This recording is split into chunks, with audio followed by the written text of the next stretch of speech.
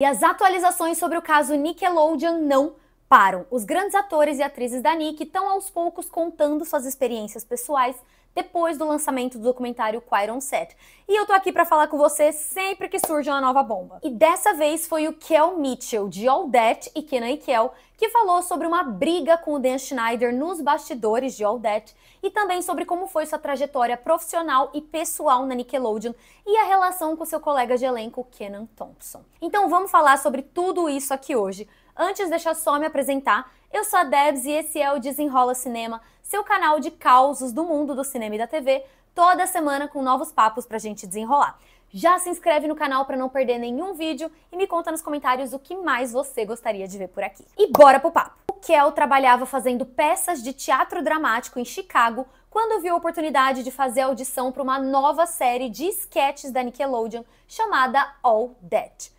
Sim, ele trabalhava com atuação dramática nesse momento. Dá pra imaginar ele fazendo drama e depois se tornando o Kel do refrigerante de laranja? E aí, ele foi o último a fazer o teste e quando chegou lá, pediram que ele fizesse imitações de outras pessoas.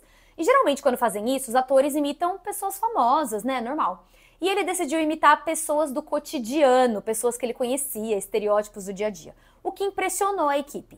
Ele era muito bom em improviso e em fazer as pessoas rir, e assim conseguiu seu papel no elenco principal de All That. E lá ele já conheceu quem seria seu parceiro de cena durante muitos anos, Kenan Thompson. Eles faziam uma sketch juntos chamada Mavis e Clavis, e que eles interpretavam dois caras mais velhos. E ele contou que a química foi instantânea. Ele contava uma piada, o Kenan parece que já sabia o que ele ia dizer e complementava, e eles conseguiam se entender muito bem. A coisa fluía tanto em frente quanto por trás das câmeras. E aí a série foi crescendo e eles participaram de várias temporadas. E tinha um momento de hiato entre uma temporada e outra. E a galera ia pra casa, férias e tal. Quando chegou esse momento, depois de várias temporadas, viraram pra eles e falaram: viu, vocês não querem ficar aqui nesse tempo não? Porque a gente pensou em criar uma série só pra vocês dois. E assim nasceu Kenan e Kel, exibida de 96 a 2000 na Nickelodeon.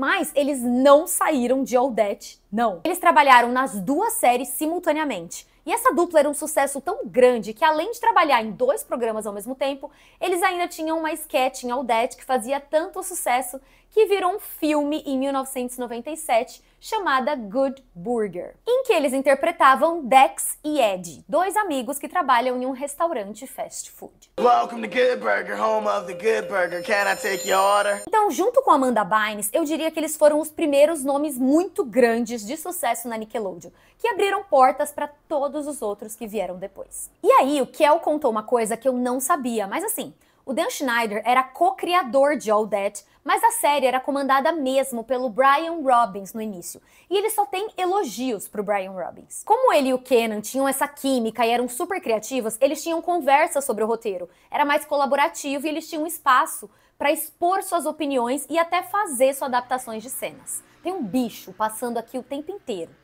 Ignore. E aí, o Kel foi num podcast recentemente, o Baby This is Keke Palmer, criado, obviamente, pela Keke Palmer, que também é uma atriz mirim que fez parte da Nickelodeon, da Disney, em programas como True Jackson e o filme Jumping, e que hoje tem uma carreira no mundo do cinema. E eles conversaram e ele contou que a vibe do programa All That começou a mudar quando o Dan Schneider assumiu a liderança do roteiro. O Brian Robbins foi dirigir um filme no final dos anos 90 chamado Marcação Cerrada. E a produção começou a dar certo e tal, e ele deixou All That com o Dan Schneider. E eles começaram a bater cabeça sobre as decisões de roteiro. O Dan não era tão aberto quanto o Brian para ouvir sugestões e a esse processo colaborativo, então era mais, toma aqui o roteiro, liga a câmera e ação. Mas o Kel já não era mais tão novinho, ele já tinha 18, 19 anos e não estava mais disposto a engolir as coisas de boca fechada. Então ele batia de frente quando achava que o negócio estava ruim e pronto. Assim de tá aqui do lado, transtornada com o bicho passando. Ô, nenê. Não vou pegar ela porque ela ficou meio ruinzinha esses dias de alergia. Quero deixar ela na paz, no cantinho dela, tá bom? E o Dan Schneider falava que o Kel tava ultrapassando a função dele, que era de ator. Tipo, você é ator, atua e pronto. E eles combinavam então, beleza, vamos fazer dos dois jeitos, do seu e do meu, e a gente vê o que dá certo. E o que dava certo era o jeito do Kel. Ele deixava a galera gargalhando. E aí ele contou que uma vez eles tiveram uma grande discussão no set e que o Dan Schneider virou pra ele e falou: vamos resolver isso em outro lugar. e eles foram para um quartinho, tipo um depósito. O Dan fechou a porta e começou a falar um monte de merda pro Kel. Ele não contou exatamente o que foi dito, mas que foram coisas bizarras e que ele foi muito desrespeitado. E que naquele momento ele não era mais um menino, estava vivendo outras coisas muito sérias na vida pessoal, que eu vou contar daqui a pouco. Então ele pensou, tá, eu posso brigar ou eu posso só sair daqui e ir embora e a gente não grava hoje. E ele engoliu tudo, foi pra casa e deixou passar. Ele contou em entrevista pro portal Today: naquele momento me senti desrespeitado pelo que foi dito e como foi dito. Quando ele disse isso, naquele momento se tornou real e foi como, ah, ok, então isso é um trabalho. Isso realmente muda a forma como você pensa sobre as coisas. E não era mais tão divertido quando isso acontecia. Ele disse que contou pro pai por telefone e o pai ficou tipo, você quer que eu vá pra aí? Você se sentiu desrespeitado. E ele, não, deixa quieto, eu vou lidar com isso. E o motivo dele ter deixado isso quieto foi porque ele estava passando por coisas mais sérias na vida pessoal. A namorada dele estava grávida e ninguém sabia disso. Eles eram muito novos, estavam escondendo da família toda com um detalhe: a mãe dele era sua empresária. Então ele não podia falar disso nem em casa e nem no trabalho, porque a mãe estava nos dois. E aí ele e a namorada decidiram fazer um aborto, que era legalizado na maior parte dos Estados Unidos.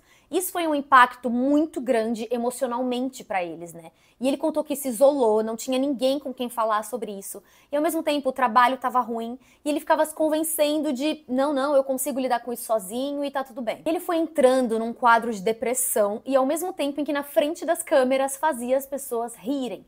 E aí a câmera desligava, o set estava naquele clima estranho e em casa ele e a namorada enfrentando uma barra. Ele continuou trabalhando em vários projetos ao mesmo tempo, complicado. E ele contou que recorreu às drogas e ao álcool para lidar com toda a situação, que ele se sentiu muito perdido e só foi melhorar quando se aproximou da religião. Quero que as pessoas entendam a mentalidade do que pode acontecer com os jovens atores e as coisas pelas quais eles estão passando. Vemos isso o tempo todo com uma taxa de suicídio dos atores e o que acontece. E eu era amigo de muitos atores que não estão mais aqui. Porque, como a gente sempre fala aqui, já é uma questão por si só estar na frente das câmeras numa idade tão nova, atingir um sucesso muito grande numa idade tão nova. Só que, além disso, você está lidando com todas as questões de adolescência que, por si só, já causam muitas questões emocionais na gente. Então, pensa isso tudo junto. Depois, a namorada engravidou de novo e eles decidiram se casar. Os dois ficaram juntos até 2005 e tiveram 2 filhos. E no trabalho, depois de serem a maior dupla dos programas da Nickelodeon nos anos 90, Kenan e Kel perderam contato e mal se falaram por mais de 10 anos. E o Kel contou que por mais que essa química entre eles fosse incrível, era trabalho e por isso eles acabaram se afastando. E o Kenan falou em outra entrevista que como eles passaram tantos anos sendo uma dupla, chegou um momento em que eles precisavam se entender enquanto indivíduo, sabe? Como que eu trabalho sem essa outra pessoa? Aí aconteceu uma situação meio climão entre eles ao longo desses anos. O Kel chegou para fazer um teste para entrar no elenco do programa Saturday Night Live, que é o programa de comédia mais famoso nos Estados Unidos. Era um sonho para ele. E quem também foi fazer o teste? Sim, o Kenan. E no dia foi só, você também tá aqui, legal, bora fazer o teste. Nada muito caloroso, mas também nada tão ruim. E aí, o Kenan Thompson conseguiu esse papel, isso aconteceu em 2003 e ele tá lá até hoje. E o Kel disse que beleza, não ficou ressentido nem nada, mas o problema era o por trás, sabe? O quanto eles não conversaram e o quanto tinham coisas mal resolvidas. E nos bastidores da série deles, o Kenan chegou a pensar que o Kel era o favorito, que era o show dele, porque ele era o personagem mais engraçado, as pessoas ficavam loucas quando ele aparecia em cena, muito aplauso, etc.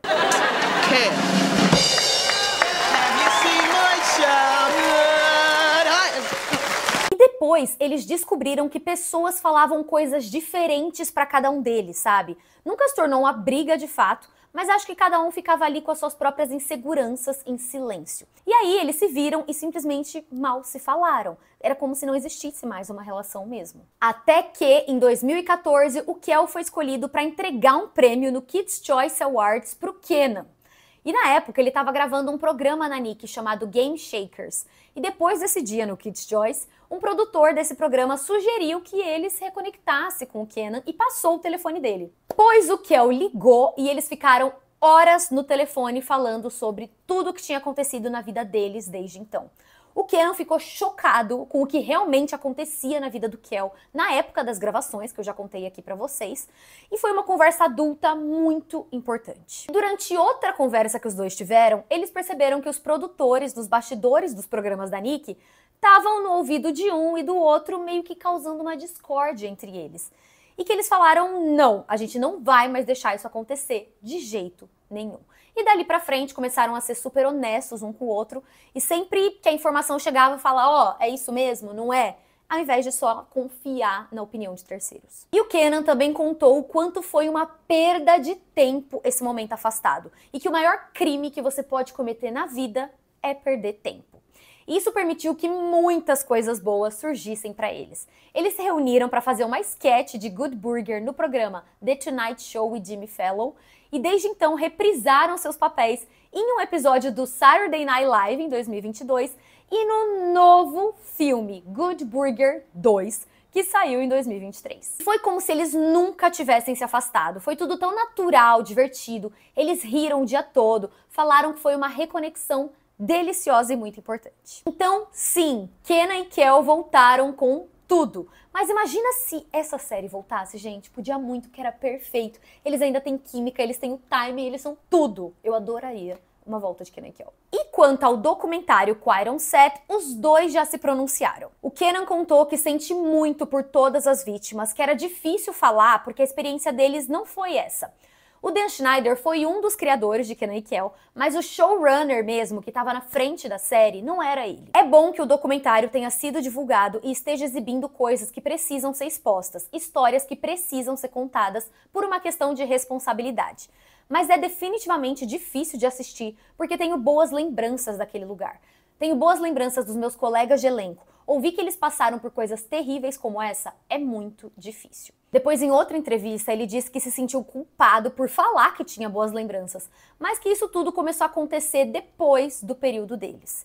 E o Kel também falou isso agora no podcast da Keke Palmer, que eles foram a geração até 99, e que os principais absurdos relatados no documentário são de tempos depois deles. O que é verdade em partes, os casos como Drake Bell, Alexa Nikolas, Jenna McCurdy são todos posteriores a eles, mas também foram relatados vários casos na série All That que eles participaram. Mas assim, ótimo que eles não viveram essas mesmas experiências. Assim como o pessoal de Manual de Sobrevivência Escolar do NED, por exemplo, que também disse que o set deles não era assim, que eles têm ótimas lembranças e tal. Mas esses daí sim foram bem babaquinhas quando se pronunciaram, fizeram uma live depois que o documentário saiu, sem nem ter assistido, e ficaram zombando do que tinha acontecido com o Drake Bell. E aí depois que todo mundo caiu matando em cima deles, aí, ai não, a gente não tinha assistido, desculpa, enfim. Eles têm até um podcast junto, onde eles se justificaram e falaram sobre o documentário. Dá pra ver que as melhores lembranças vêm de onde o Dan Schneider não estava presente todos os dias, e no tempo em que ele esteve em All That, foi suficiente pra levar o Kel pra um depósito e falar várias besteiras pra ele. Mas isso vocês já sabem. Enfim, me contem se vocês assistiam Kenan e Kel, se viram Good Burger, o antigo e agora o filme novo. Eu ainda não assisti esse do ano passado, quero ver. Vamos continuar o papo lá nos comentários. A gente se vê no próximo Desenrola Cinema. Fiquem bem e um beijo.